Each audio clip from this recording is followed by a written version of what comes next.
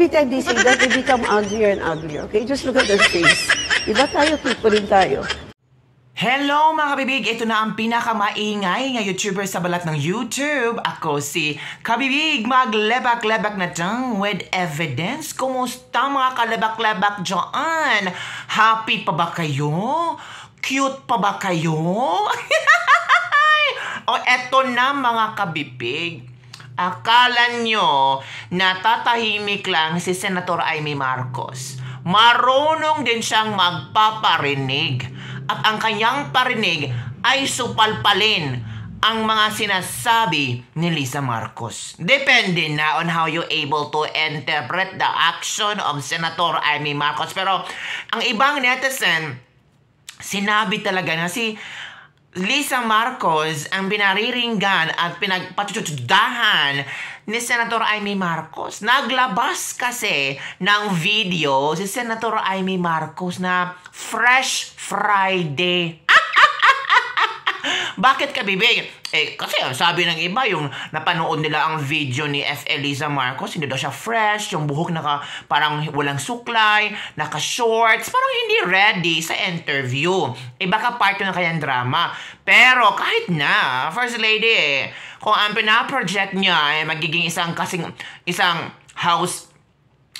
housewife, don't tell me ganun ang mga housewife.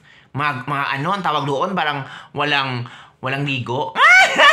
Hindi naman ganon. Kailangan kahit na housewife should be presentable. Hindi ibig sabihin marami kang trabaho. Isa kang housewife, dapat presentable ka. May time ka sa sarili mo. Pero yun na nga, ang iba sabi parang walang suklay, kailangan ka magpa-derma, yung mga ganon, ganyan. Kaya nag-post si Senator Amy Marcos ng Fresh Friday. Ito kaya ang way ni Senator Amy Marcos para supalpalin itong si Lisa Marcos. Kasi may binitawang ding salita si Lisa Marcos sa interview. Ito na. First Lady Lisa Marcos on her relationship with her sister-in-law, Senator Amy Marcos. Maybe, sabi ni Lisa Marcos, maybe you should ask her. I'm just the outlaw. I know what line not to cross. Oh, ang tanong na maraming people, kasi ang ebidensya ni Lisa Marcos sa kanyang galit siya kay VP Sara Duterte, bad shot siya kay VP Sara Duterte, it's because nagtawanan sila ni Amy Marcos noong sinabi ni Pangulong Duterte na bangag ang presidente. Ang malaking tanong, bakit you never brought up the name of Senator Amy Marcos? Bakit si VP Sara Duterte lang ang bukang bibig mo? Diba? To be fair, kasi ang nakita mong video nagtawanan yung dalawa. Tapos, ang interpretasyon mo, pinagtatawanan ng asawa mo. Si Pangulong Bongbong Marcos nga, walang komento tungkol doon.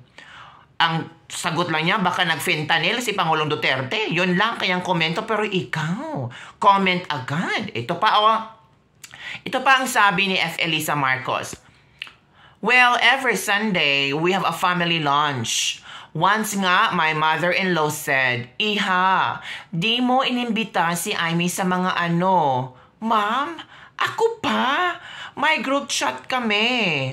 Lahat sila nandyan. Sabi niya, anong group chat? Mom, no. But she's always invited. Always invited pala si Senator Amy Marcos. So, ano ang ibig ipahiwatig ni Lisa Marcos sa kanyang statement? Ano kaya ang makabibig, no? Ma'am, ako pa. May group chat kami. Lahat sila nandyan. Tapos, anong group? Ang ganda. For me, my own interpretation on her statements, hugas kamay. Kasi I want to project that I am a good person. Diba? Pwede naman siyang mag-comment kay Tabiana na we're in good terms. Mga ganun. Diba? Bakit pa siya magbigay ng example na kung saan tinanong ni First Lady Imelda Marcos kung bakit hindi Iha, hindi mo ba iniimbita si Amy sa mga ano? Diba? So it means, matagal lang hindi nakikita ni First Lady Imelda Marcos si Amy sa mga okasyon sa bahay. Natural ang ina ay ma-curious, magtanong talaga, di ba? And beside, yung sagot ni F. Elisa Marcos, nandun naman sa group chat, parang tawag dito, parang playing safe lang siya. Para hindi sabihin na maldita siya. Kasi, may group chat kami, lahat sila nandyan. Yung mga sinasabi niya, di ba? Well, kung ano man ang merong nangyari sa kanila, merong bang bangayan, or artihan, or isnaban, sila lang talaga ang nakakaalam. Pero, very unfair naman na sinabi mong si VP Sara lang ang tumawa, di ba? Parang nagtatawanan sila, tapos si VP Sara lang talaga yung i-mention mo, o natanong ka ni Andren Taberna tungkol kay Senator Amy Marcos, bakit hindi mo nasabi, I am also offended kay Amy Marcos kasi kasama siyang natatawanan kay VP Sara Duterte, diba? Yung mga, para talaga tunay na emosyon. Ganon ang mga reaksyon ng maraming netizen.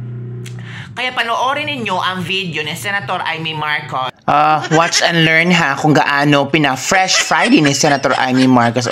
Walop na walop ang hair. Oh wow, I know which line not to cross. It's my hair. Nakita mo ang itsura mo? Kurduroy, yung peslak mo. Di ba? Kulang ka sa skincare. Kulang ka sa pagsuklay, lahat. Ang sabi pa niya dito mga palangga, si Martin Araneta, sinasabi niyang super rich sila. Taga-silbi lang, taga-bigay lang pala ng biskwit. Okay? Ang pamilya mo sa Hacienda Luis. I don't know kung ito ba yung patama niya kay F. Elisa Marcos na tawag dito na Fresh Friday. Nako po. Hindi nga halata naman she's used to be like that, and maybe somehow it reached a point where it's irreversible already.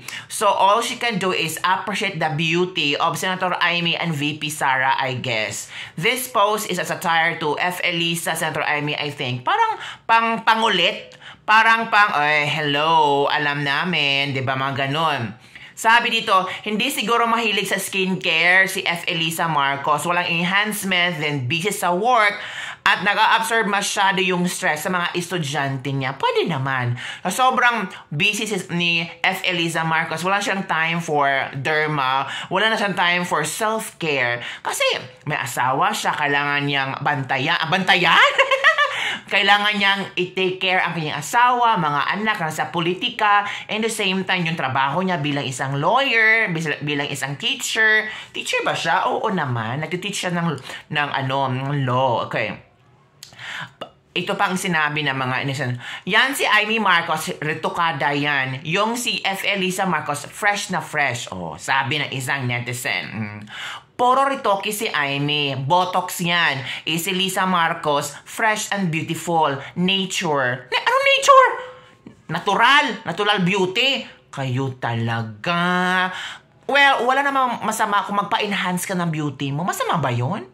Gusto mo lang ba talaga na maging mukha kang muchacha? It doesn't mean muchacha or alalay. Kasi yung mga muchacha ngayon, alalay ngayon, magaganda na. Mas maganda pa sa amo. Kasi self-care ang gagawin mo. Lalo na pag first lady ka, you have to take care of yourself because you are presenting not only yourself, your family, but the whole Philippines. Diba? So, if ever ito mapanood sa mga ibang mga first ladies sa iba't ibang bansa, mga queens sa iba't ibang bansa, sabi nilang, is that the first lady of the Philippines? Why she's wearing like that during the interview? The heck? Ganun ba? So yun na ang ating latest libag-libag for the day. Don't forget to like, subscribe, and share this video. Bye everyone. See you next time.